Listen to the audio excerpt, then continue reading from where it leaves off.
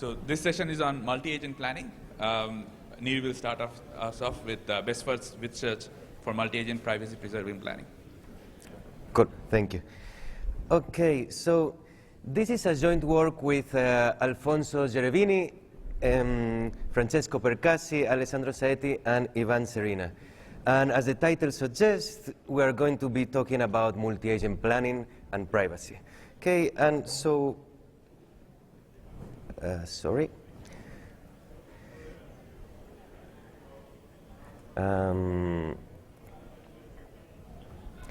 So our setting is decentralized multi-agent planning, where the agents have certain private information, okay, and they do care about keeping that private information to themselves.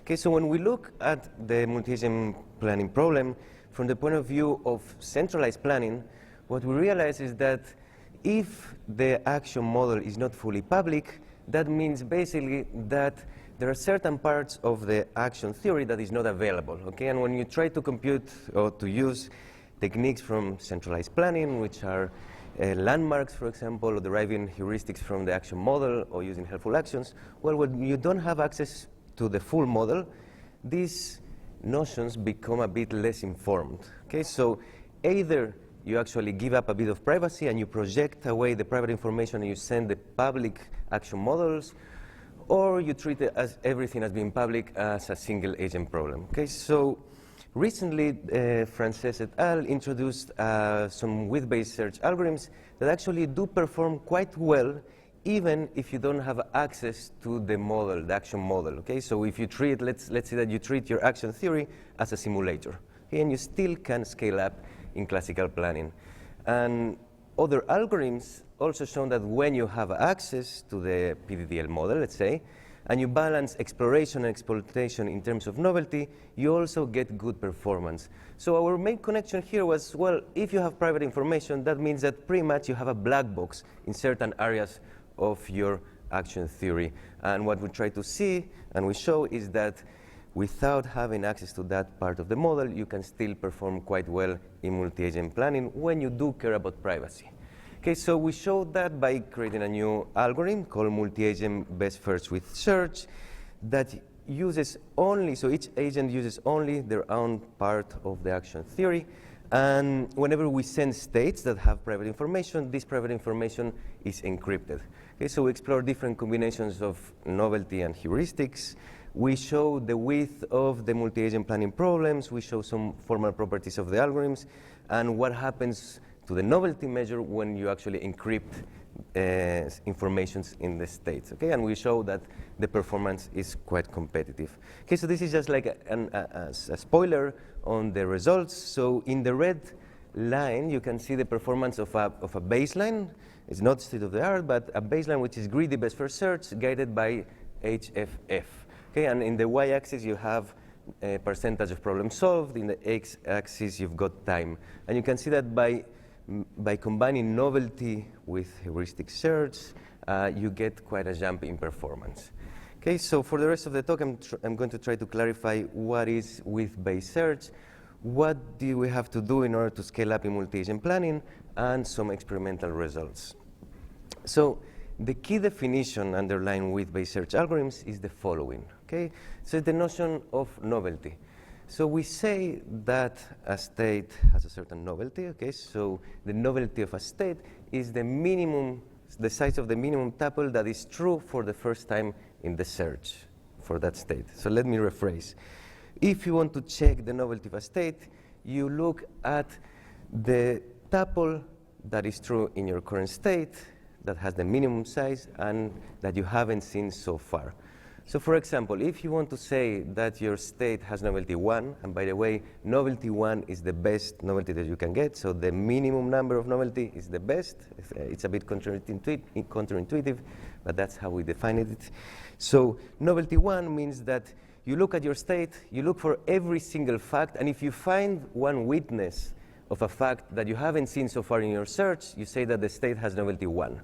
Okay? If you've seen all the single facts, then you have to look for pair of facts, okay? And you start looking for every pair of fact.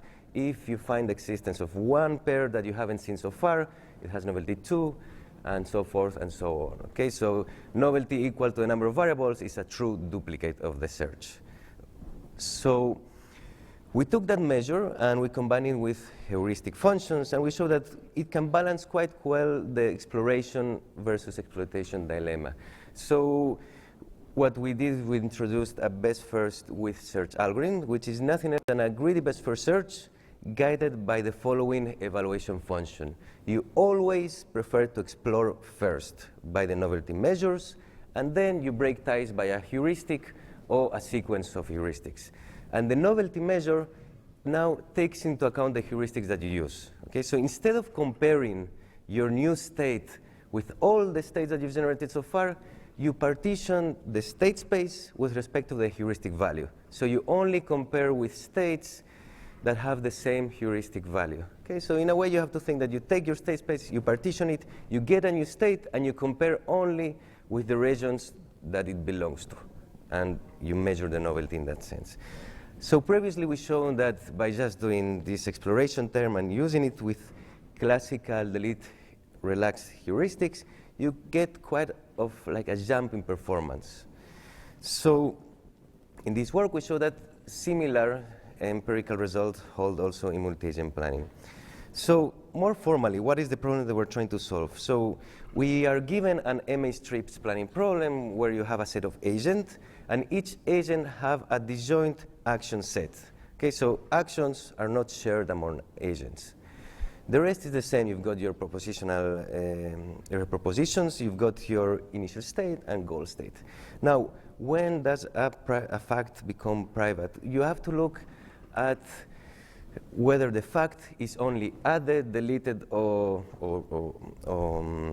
required by a single agent. Okay, so if a fact is only changed or required by a single agent, it's private to himself, because this is information that you do not need to share with other agents in order to actually find a solution. So we say that an action is private if all the preconditions are private and the effects are private, because then, again, this is not public information. There is not of public interest to find a solution. And a state is private if you have generated it through a private action. So if we want to have a best first with search algorithm in a multi-agent setting, we have to do some changes. The first thing is that each agent is running a best first with search. Okay, so they have a separate state space. They use their own open list, they use their own actions to generate the successors, and they have to have a list of received messages because they keep getting states from other agents. Every time that you get a state, you have to add it to your open list, and when you expand a state from the open list, you have to think whether you have to send it or you have to keep it to yourself. Okay, and you send it if you were the one that generated that state, and that state contains information which is of a public interest, let's say. Okay, so you have to send it to all the other agents. The other thing that you have to do is you have to compute the novelty of the received states, and whenever you send a state to other agents, you have to encrypt the private information. And we use something standard in the literature, which is you take all the private facts and you encode it into a single string which is unique. So from the point of view of another agent, if I receive a state with a new string, it's just like a new fluent, a new unique ID, okay? You don't know what it means, but you know that there's a new fact in your state. So from the point of view of privacy, the other agents will not know what are the values of those private facts, but they know that there are some fluents that are private to the agent. Okay, so at least this is a little bit of leakage, let's say. So what happens with the novelty measure? When we compute novelty over the encrypted states, we proved in the paper that what you get is a lower bound over the correct novelty when you compute it over the decrypted states. Okay, so I don't want to go into details, but that's helpful for us to define certain formal properties about the domains that we're trying to solve. Okay, so we adapted the standard best first with search planner to the following settings. So we use the evaluation function of novelty given the accumulated cost. So in a way, you have to think about this version as we're running novelty with Dijkstra. And we prune nodes that have novelty greater than k. Okay, so this is just polynomial Dijkstra. And if you use a bound of 2, so it's a low polynomial, we show that for single goals in multi-agent planning, you can solve 91% of the problems. So again, this is not the original goal. We basically take all the problems, generate single goals, and see how hard they are to solve. And this is important because this is a result which is consistent with the single agent planning. Okay, we also can solve problems with low width. So knowing the effect of the encrypted states in novelty, we can show that this algorithm is complete for problems that have a width which is smaller than the k that we use. And if we drop the polynomial assumptions, so we don't prune, we've got a complete algorithm for arbitrary width, or at least if we don't know the width beforehand. Okay, so let me show you a little bit the different, let's say, algorithms that we tried. So in a way, the way that we treat the MABFWS is that you can program it by choosing which is the novelty function that you use and which is the heuristic functions that you use. Okay, so we tried several ideas, and I'm going to list here some that we reported. So the first thing that we tried is we have the baseline greedy best first search with HFF. What we did is we see what happens when you add novelty. Okay, so this is best, so it's like a greedy best first search that first prefers novel states, partitioned using the HFF heuristic, and breaking ties with HFF. Okay, so this is just adding novelty. The second thing that we tried is what happens when you take into account the number of unachieved goals. So this is classic strips heuristics, very old and standard heuristic. So you take into account the number of unachieved goals both in the novelty and also to break ties. Now, the order is not arbitrary. So we prefer first to break ties with number of unachieved goals because in a way what you're doing is that your greedy best first search is serializing over the unachieved goals, and then when it's confused about which node to search within the same region of unachieved goals, it uses HFF. Okay, so the order is important. Now, the next thing that we try is that we get a lot of unreachable goals in the delete relaxation. This is because if another agent needs to add something that you cannot add in order to achieve the goal, you won't be able to add it even in the delete relaxation. So we try to use that counter in order to get the search as well. Of course, if we have unreachable goals in the delete relaxation, HFF will be infinite in many states. So we try to change HFF, and instead of having an infinite value when you have unreachable goals, we have a penalty, okay, just to try to avoid not exploring those states. Then we try something different, which is given that our action model is incomplete, let's not compute an accurate version of HFF, but have an approximate version, which is cheaper to compute. Okay, so in here, you compute the relaxed plan in some states, not in every state, and you define the set of fluents which are relevant to the goal, which is basically you take all the fluents that are added in the last relaxed plan that you computed. Okay, so relevant fluent set. And then what you do is every time that you encounter your state, you look at how many of those fluents have been added along the way to the current state. Okay, so you can think of a dirty, quick way of computing HFF by not having to compute it at every state. So in this version, we compute the relaxed plan or the new R set every time that you have a change in the number of unachieved goals. And the last version is the laziest that you can get. You compute it once from the initial state, that's it. And then you use that term along your whole search. Okay, so the last version is quite easy to compute. Number of unachieved goals, and just you look at the set or R set and you count how many fluents have been added along the way to the state.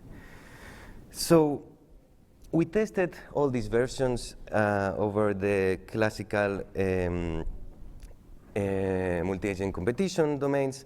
And in here, what we can see, also we have new domains based on blocks around logistics. So what we can see is that from adding novelty, you improve the performance of HFF. This is F1. This is coverage. When you add the number of unachieved goals, you actually do a big jump. You're serializing the problem. When you add the unreachable goals, you increase a little bit. When we get rid of the infinites in HFF, we keep increasing the performance. When we go and we approximate HFF, we get a lower performance. But when we go full extreme cheap heuristic, just computed the relaxed plan once, then we improved quite a lot.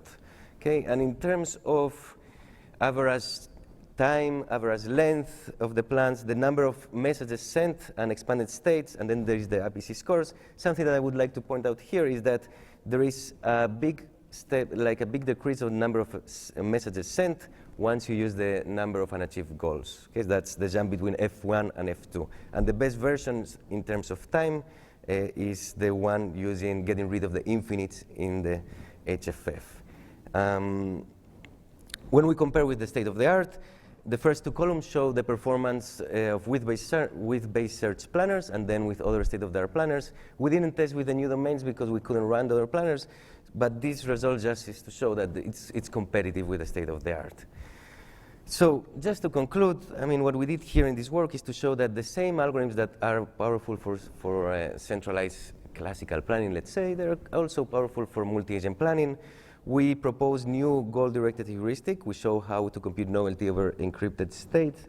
And in a paper that we're going to present in SOX, we show how we can use the same notion of novelty to actually prune the communication that we have among agents. And also, as a side effect, we get a strong private planner, which is a nice characteristic that you can get in terms of privacy. So if there is something that's exciting as well from these algorithms, is that we've shown previously that you can do planning with simulators over like single agents. Now we want to explore what can we do when we have planners that can deal with multi-agent planning over simulators. You can express more complex classical planning problems that are hard to express in strips, or we can actually try to solve problems that have more complex problems than classical planning, let's say. Okay, thank you very much.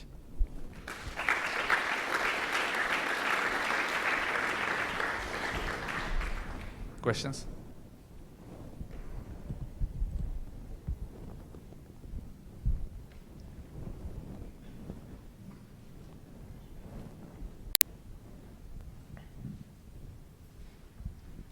So thanks, nice talk.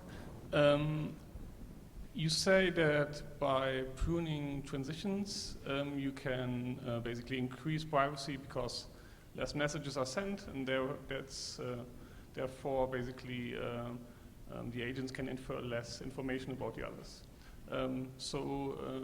Michal recently was able to really quantify the loss in privacy that is sent throughout the search.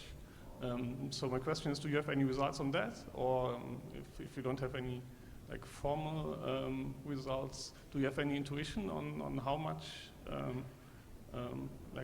privacy is less leaked? Thanks for the question. That's a really good question.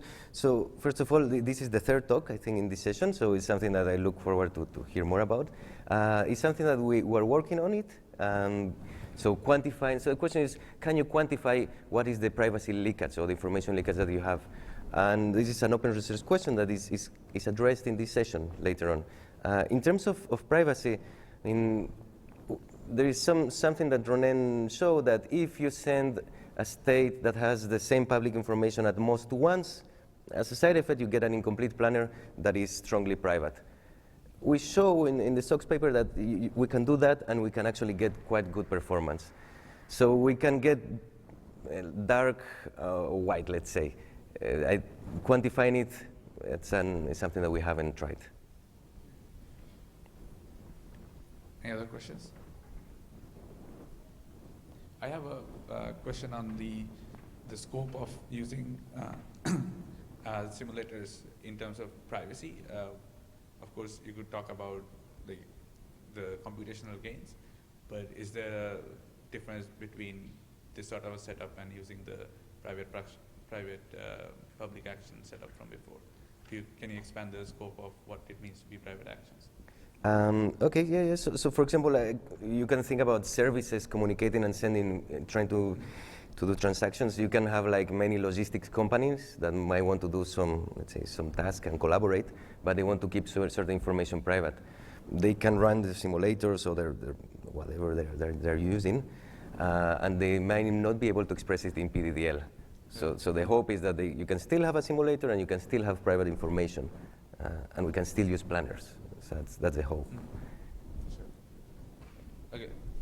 I think we are sort of out of time, but quick question there.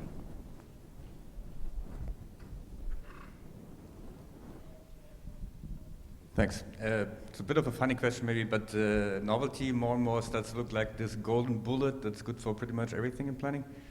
Have you considered, or do you have any intuitions whether it could be useful in other areas? Like, is there reason to believe that in model checking an error path can be found with a low value of novelty? Do you have any intuition on that? Not specifically in model checking, but at least, for example, in the literature of reinforcement learning, they're using these pseudo counters, which pretty much go into the same direction.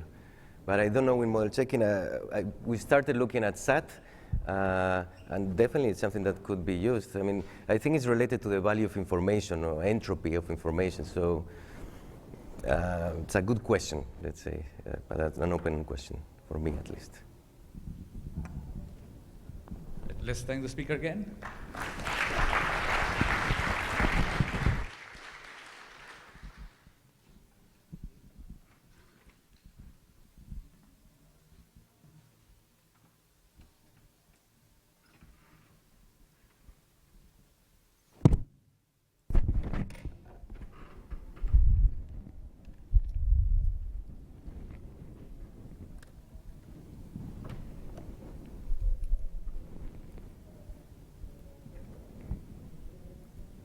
Our next speaker, Shashank, will talk about factored approach to contingent multi-agent planning. Yeah, so good morning, everyone. And this is joint work with my advisors, Ronen and Guy.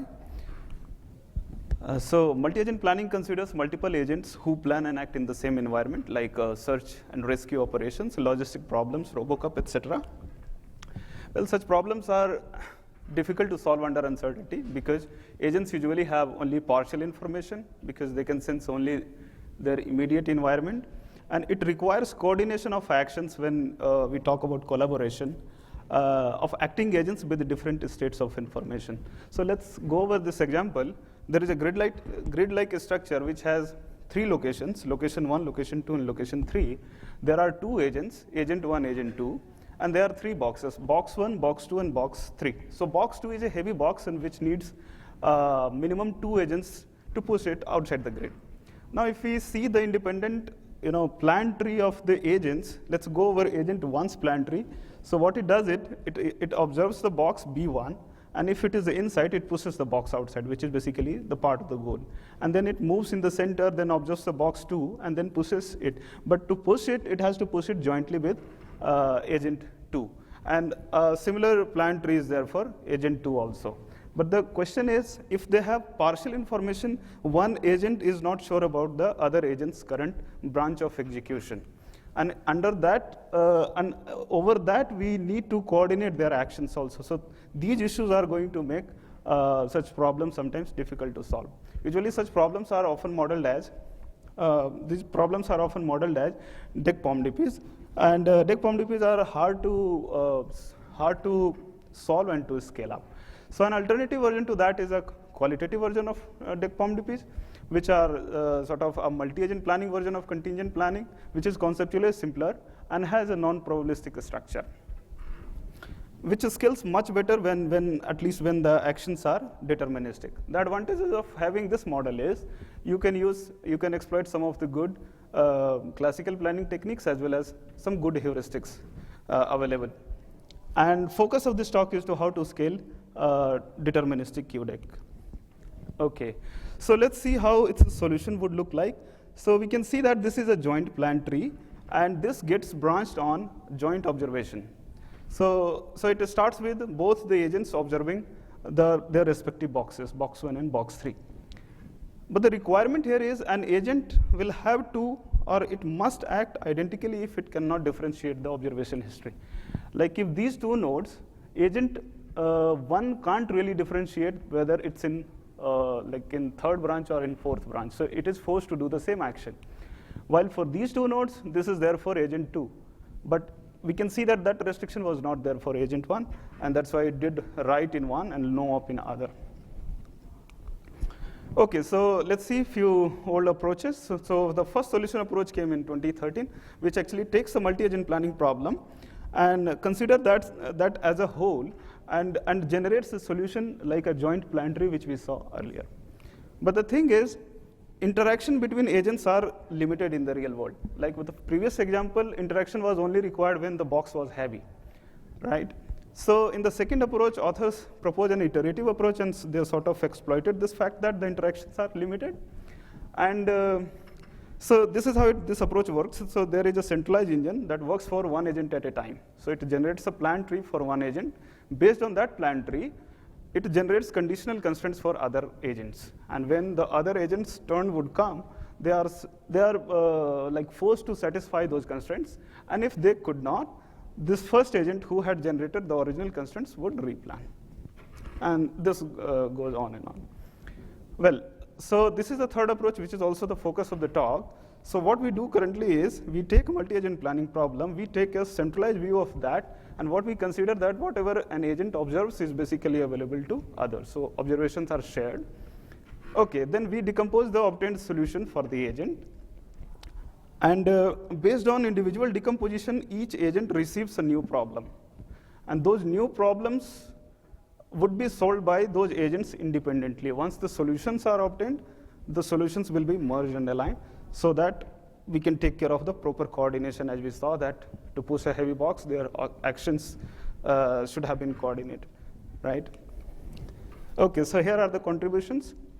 We came up with a new approach for solving deterministic QDEC, which is based on the idea of factored algorithms for classical planning. And this idea has won influential paper of the year also this year at ICAPS. Well, this approach allows a true distributed computation for a group of agents. And the second contribution is the empirical evaluation, and where we have given a new benchmark domain. Okay, so this is the important slide. So I have changed the problem a little bit. Now there are only two agents. Now two boxes. Box one is light box, box two is a heavy box, right? And what we assume that since we take a centralized view of the problem, there is no notion of agent. So basically, all the observations of the agents are shared, as I said. And this is how its solution would look like. So let's go over the solution. So agent one senses the box B1. If it is inside the grid, it will push it, then will move right. Then other agent will come in the center. Then one of them will sense the box. Basically, one of them senses, and the information is available to other, and they jointly push the box. But in the real world, this is not possible, right? And we are going to distribute this solution, and we'll see how it works. So the important thing to notice is, I have represented actions in three colors. So actions in black are for agent one, actions in red are for agent two, and actions in green are for both the agents when they are acting in a collaborative manner. Okay, so once we receive a team solution, we project out the solution for each agent. So this is how the projection would look like. So projection for an agent is going to have either its own action, or any sensing action in the team plan, or the actions done by it collaborative with some other agent, in a collaboration with some other agent. So this is how the projection would look like. So let's see the team plan again, and we'll come to the projection. So this is the projection for agent one, and this is the projection for agent two. And we can see that agent one has sensing action of agent two, and agent two has sensing action of agent one, which was the requirement. Okay, so once the projection is done for each agent, based on that projection, we create new problems for that agent, for each agent. And based on new problems, these are the solution obtained for agent one and agent two. And we can see that this is a sound solution.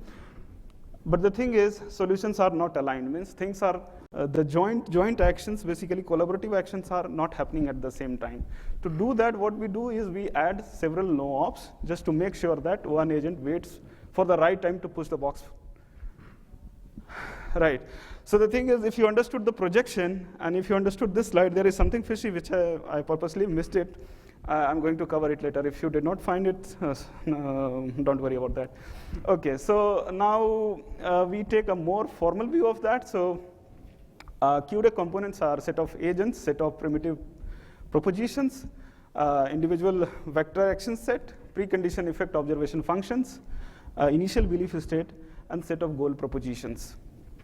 Well, a QDEC induced by this factored specification is like this. We have a state space that consists of truth assignments to the propositions, And then transition happens in this world because of the joint action, and precondition of joint action is basically union of preconditions of individual actions, right? But effect is not the same. Effect captures sort of more global thing. It might be possible that few actions of the agents are interacting. To know more about that, you can refer to the paper. Okay, so now if you consider a joint action a particular agent, this observation function basically returns a set of propositions that could be observed by the agent. And in our specifications, observations are private, which also says that we do not consider communication, and we do not communicate the stuff. Okay, so one level deeper. Again, we talk about team problems. We have a team problem, and its solution is called team solution, which is represented as tau team. And it is going to have an observation action. So that we consider that whatever observation is available to an agent is immediately known to all other agents, and basically it is free of cost. Now we try to recall the figure of team plan where we had actions in red, green, and black. So with respect to that, we define public actions. So in that team problem, in that team solution, what is a public action is, it could be a collaborative actions, which were like those green actions, or an action that supplies some precondition to an action of other agent, or an action that achieves some goal proposition, like second agent was pushing one of the boxes, maybe I think box 1 or box 3, something like that.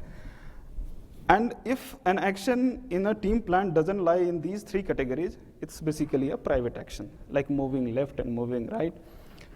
Okay, so again, in the left-hand side, we have the team solution, and we do agent-wise projection. So this agent-wise projection is going to have all the sensing actions, irrespective of who has done that action, and all the public actions of this agent. So we can see that, and in the slide I have shown projection for agent 2, and we can see that move actions disappeared because those were private to agent 2, right? And this is done for all the agent based on this team solution. Well, yeah.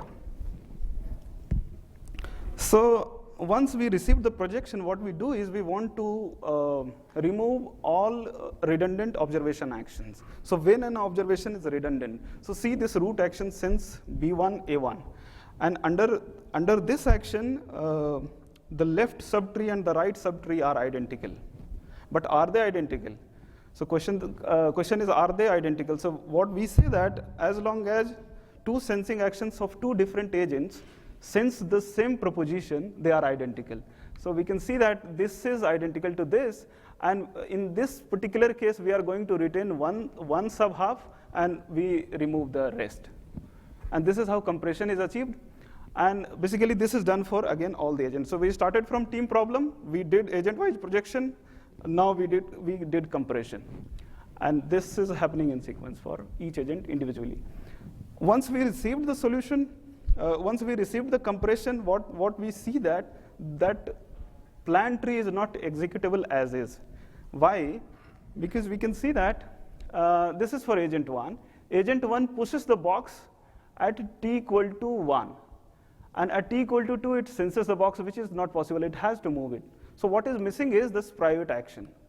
So whatever new problems are created based on projected compressed tree will have to add these actions. And of course, it was supposed to have its own sensing action, right? So this sensing action belonged to some other agent. Now it will have to go and sense on its own, right? So this is how the problem is decomposed. And once we do that, this is a complete executable policy tree or plan tree. And we can see that all the preconditions, the private preconditions, are fulfilled, and also the sensing actions which did not belong to this agent, now they are replaced by agents on sensing action, right? Okay, so whatever I talked about, how to convert a projected compressed tree into a executable policy tree is captured here. If you are interested, you should read the paper. And okay, so let's come to this. So we started, and this is a pseudocode for whatever I talked about till now. So we started from a QTech problem. We take a team view of that, and what we consider is, now this meta agent is going to have access of all the actions of all the agents, right? And with that, we generate a team solution. And for each agent, we do the projection for that team solution and that agent. Once an agent receives a projected tree, it gets a new problem.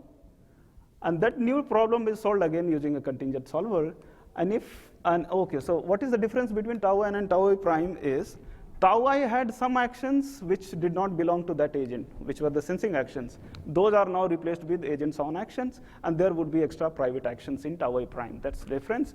And if an agent fails to do so, we need to go back, to step 4, and we need to generate a new team problem, and until we come up with a solution. And if the solution for individual agents are found, we just align their solution to get the proper sound joint policy tree. Well, our approach is sound and complete. So sound if the underlying contingent planner is sound, and complete if the underlying single agent contingent planner can exhaustively search the whole space of team plan. Well, we have tested this in 3 domains, box pushing and robust domain. They are well known, and the new domain we introduced is a heavy structural damage, where is a grid-like structure, and because of the earthquake, there could be some victims lying under the pillars or roof or something, and agents need to identify them and save them. So we introduced a collaborative action in this, is joint rescue, which needs 2 agents, 3 agents, and so on and so forth. Okay, so now we have compared this with the IMAP, which came last year, and we have called our planner as DSA, which means decompose, solve, and align. And note that IMAP scaled much better than state-of-the-art DECPOM-DP solvers. And if you want to know more about that, you should refer to this paper. Okay, so with this, I will talk about scalability, and we can see that with 6 agent, 25 objects, we were able to solve the problem in 2.7 seconds, while IMAP was taking 130 seconds or something like that. And similarly for P04, this decomposition helped us to achieve 60 times faster result or something like that. And again, something similar in the rovers. And we can see that we were able to solve problems with 12 agents and 48 objects in box pushing, and 9 agents and 47 objects in HSD, and so on.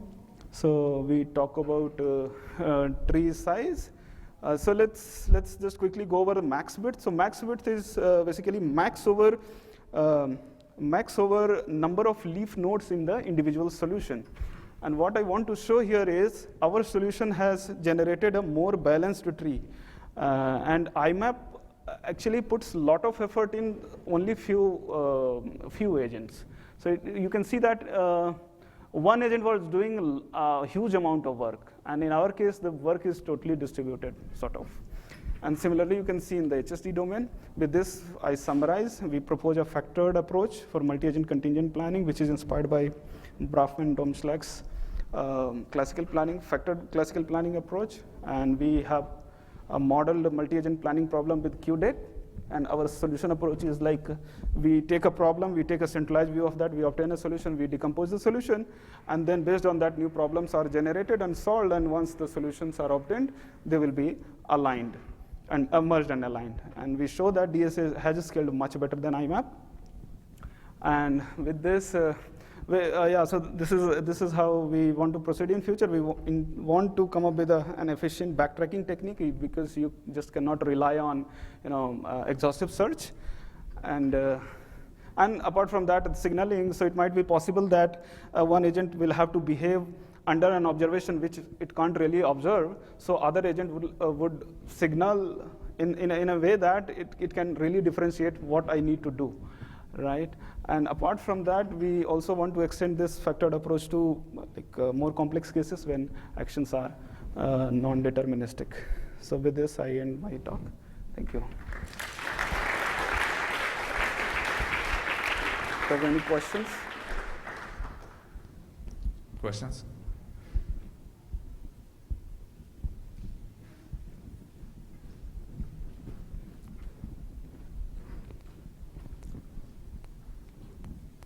Thanks for the talk. So when you solve the projected problem for agent 1, you showed that you change the sensing action of agent 2 with the sensing action of agent 1. And you do the same for the other agent? Yes, this is done for all the agents. Yeah, so perhaps I missed it, but it might be the case that in the full solution, in the end, both agents will sense the same box 1, for instance, whereas you only need one agent to sense it. You're talking about this solution? So here, Yes. this sensing action belong to agent 2, but you can see that this cannot be part of agent 1's original plan tree, right? So it has to be replaced by this particular agent sensing action. So, but the thing is, this guy will have to move here and then sense. So that's why you can see that this is a private action added, and this sensing action was later on added by. So this belonged to agent 2, but now in the solution, this belonged to agent 1. Yeah, and so if agent 2 keeps it in his plan, then both agents will sense it twice. Yes. Yeah, so that is the record, because we are going to have the distributed solution. So in the real world, when we do not communicate, I will sense the box, that information will be with me, not with you. So you will have to do your own sensing, I will have to do my own sensing, and we will coordinate the push, Okay, thanks. right?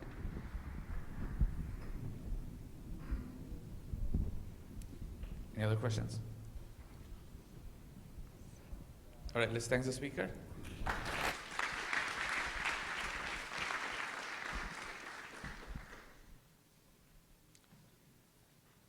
Next, Michael will talk about privacy leakage in multi-agent planning algorithms.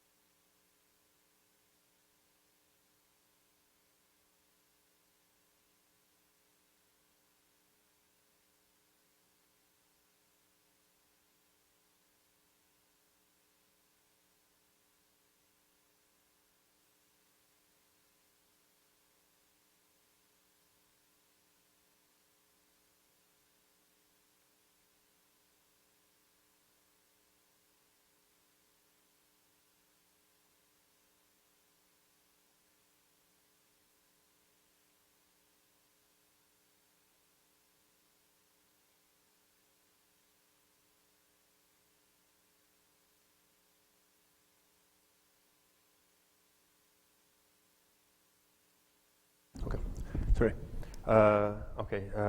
So I'm Michal Štolba, and I will be talking about privacy leakage of search-based multi-agent planning algorithms. So just very briefly, you've already heard what is multi-agent planning. So we have public and private property variables. The public variables are shared among agents. Private variables are specific to each agent. We have also public and private actions. So the public actions are those which use and modify the public variables. The private actions don't. And I will use the idea of public projection, which means that we kind of project the whole multi-agent problem just to the public variables. Now, in privacy-preserving multi-agent planning, we have two types of agents. One is the agent, and the other ones are the adversaries. So the adversaries, in fact, they are cooperative with respect to the planning. So they have the same goals as the agent. They have the same utility function, but they are adversary with respect to the private information. So they are trying to learn some private information of the agent. We call this setting semi-honest agents. And also the adversaries can collude, so they can combine their information to infer some more private knowledge. So we can basically model them as just a one adversary agent. We have some other assumptions. One assumption is that the adversaries know the algorithm of the agent. Also, we assume that the communication is first in, first out. And we assume that there are some publicly known bounds on the size of the private problem of the agent. So there's bound on the number of private variables, and there's bound on their size of their domains. Now, in privacy leakage quantification, we kind of understand the goal of the adversary to guess the transition system of the agent. So all of the possibilities to guess the right one transition system based on the public projection, which is this. In fact, we consider public input, which is the projection of the problem plus the projection of the solution. and something we call public output of the algorithm, which are all the messages which are sent by the agent to the adversary agents. Now, from information theory, the way how to compute the information leakage is just to compute difference between the initial uncertainty, which is the initial uncertainty of the actual transition system of the adversary, and the remaining uncertainty after the algorithm has executed and the messages were exchanged. So then we convert it to some information measure. The details are not important here, and maybe in the paper. So in our case, what this means is, because the algorithms are deterministic and we assume a uniform distribution of the transition systems, then it becomes quite easy, because we have we just need to multiply the transition system of each individual public action, because they are independent, and then take a logarithm of this. Yeah, so this is basically what I just said. So this is the a priori part, and the second is the posterior part after the algorithm has executed. Now the question is how we can compute these numbers of transition system per action. We've already published in some previous work that for the simple case is that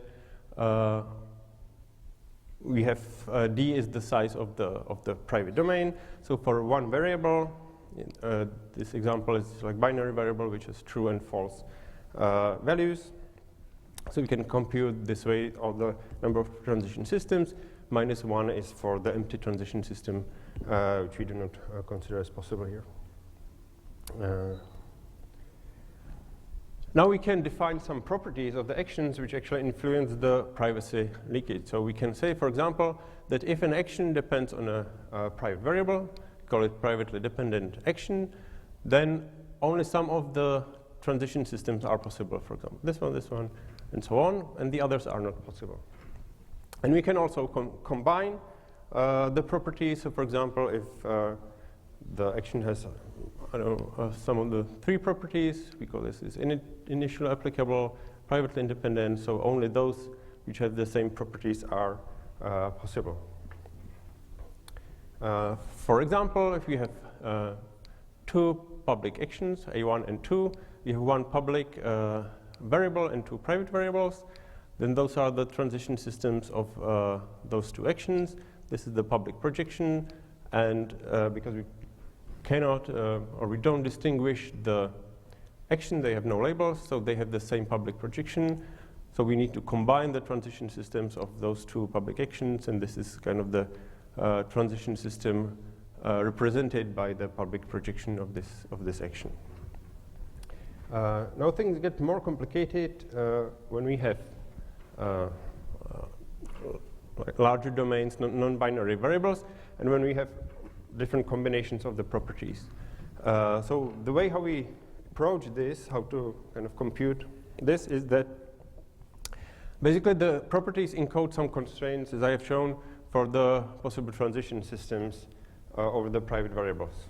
So if you have some property, you say that it is applicable in some cases, and so on. So for example, if we have privately dependent action, it means that for some private variable, there is 1 value in its domain for which it is applicable, and 1 value for it which it is not applicable. And we basically need to find all the transition systems which satisfy this property. So to do so, we formulate a logical formula, like this one. This is for the privately dependent action, which just basically encodes what I just said. This term means that the action is applicable for this particular value of the variable. This represents that it's not applicable, and if it's not present in the formula, it means that it can be both. It can be both applicable or not applicable. If we have some action and we know that it has some of the properties, we need to construct conjunction of all the formulas. And then in order to find all the possible transition systems, we need to enumerate all models of such formula. So those are all the transition systems which, or all the configurations of the preconditions and effects which satisfy the properties. And each of the models represent one configuration of kind of fixed preconditions. So it means, for example, that this precondition is always applicable in the action is always applicable when this variable is true, or this means that it is always not applicable, or we can, as I said, we can have both. So it is not determined by the properties. And from those, we need to compute all the combinations of the transitions, which is some ugly combinatorial number, which you can find in the paper. But the problem here is that this enumeration is clearly untractable. So we needed to do some kind of practical way how to compute it. So far we came up with a very simple approximation. So we compute the exact values for small sizes of domains and small numbers of variables where we were able to do it. Then we can compute the exact value if the action has no properties, which is this formula. And then we computed a kind of ratio and extrapolate it to the cases where we are not able to compute it. So this works somehow. The standard deviation is about 10%. So it works, but we need a better approximation on that. Now, let's get to the search part. So you have already heard how multi-agent forward search works. So just very briefly, the agents search their own search spaces. And when there is a public action or state is expanded using public action, the state is sent to the other agent, and the other agent can continue expanding the state as well. Now, how does it look like from the perspective of the adversary? Well, the adversary, in fact, needs to reconstruct the search tree of the agent. So, for example, it needs to find states which are equivalent from the public point of view, so from the public projection. But in fact, they are different because of some private variable. So one way how to do it is that, for example, if the projected heuristic differs, then clearly this is because of some private variable, and those states are different in the private part. Then the agent needs to, or the adversary needs to find actions which are possibly responsible for the transitions, which can be done easily by kind of the considering the public projection of the action. And based on that, we can determine the properties of the actions. So, for example, if there are two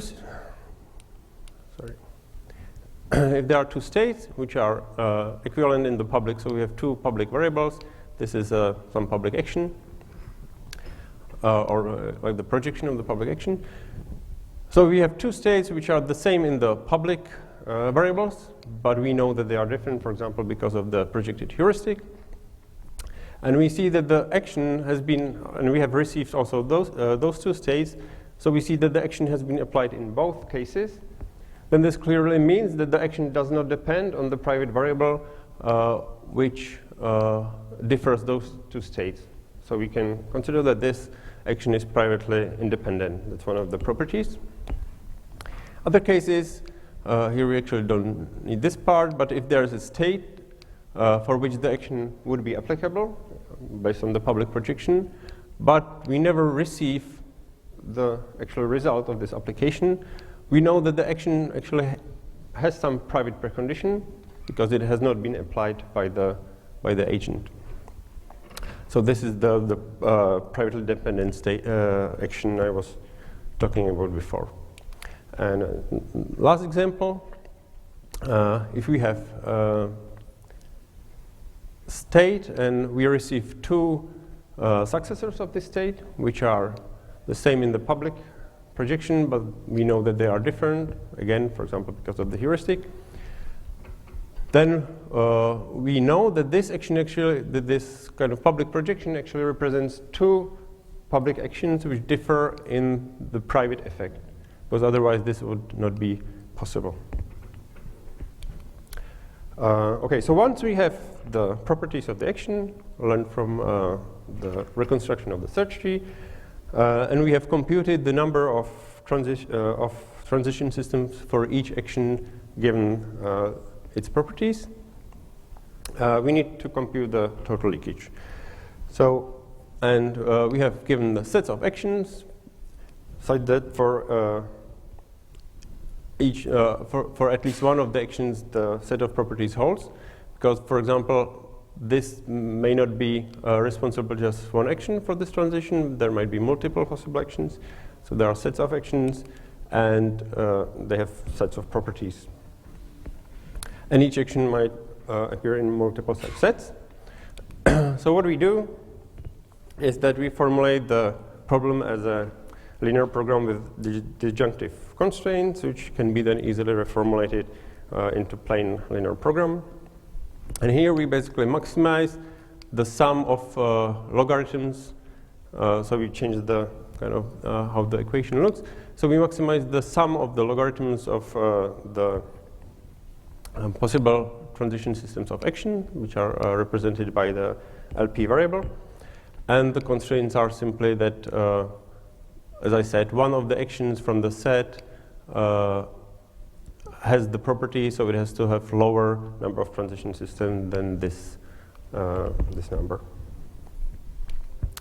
Okay, so yeah, and then we basically compute this twice. Once for the version where we don't consider the messages, once for the version where we consider the messages, and we compute the difference based on the formula I showed in the beginning. So now some results on some real algorithms and real benchmarks. What we did here is that we basically computed something like IPC score based on the leakage. The difference is that the lower the better here. So what we can see in the results, maybe some interesting things. For example, what is interesting and kind of counterintuitive is that in some cases, using projected heuristic actually increases the leakage. And that is before, that is because, as I said, and as I've shown the kind of proposition, that you can use the projected heuristic to to find out the states which are different. And assuming that the distributed heuristic itself does not leak, like the computation does not leak any information, which we assume here, it can happen that the projected heuristic leaks more. We have compared classical multi-agent forward search with a secure multi-agent forward search by Ronen and Brafman. And also we have the results show that the secure multi-agent forward search leaks less information, which was expected, but it's good to see it in practice.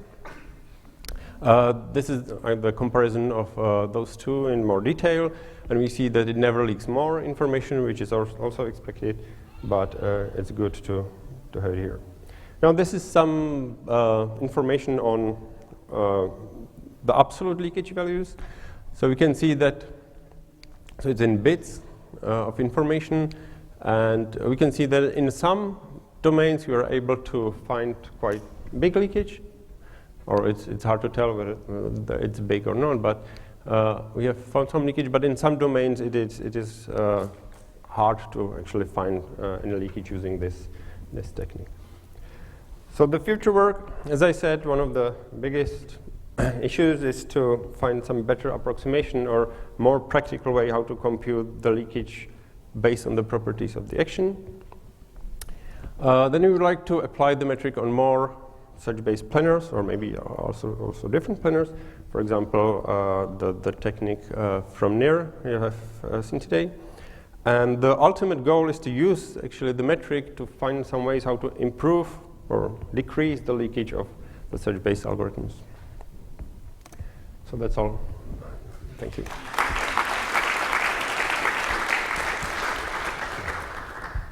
Questions? Hi, thanks for the talk. Have you looked in detail, for example, in Bloxworth, which actions leak more, or which parts of the search leaks more? Do you have an intuition of? No. Well, what we have done actually, it is actually quite easy to kind of find out the ground truth leakage based on the actual properties of the actions. So we have done this and kind of compared the actually that is part of the results as well. I did not mention it. So you can kind of calibrate the results based on how many or which actions actually are there in the problem, which could leak if we could find them in the search, and then those we really found in the search. So that's kind of the only analysis in this way we've done. Any other questions?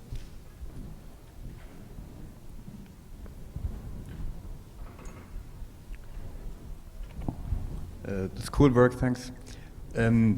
Maybe I missed it, maybe you said it. Can you actually construct those action models that are leaking? I mean, could you turn this into a constructive algorithm that learns those action models, like an adversary that puts out those action models he's learned at the end? You mean like the properties of the action, or?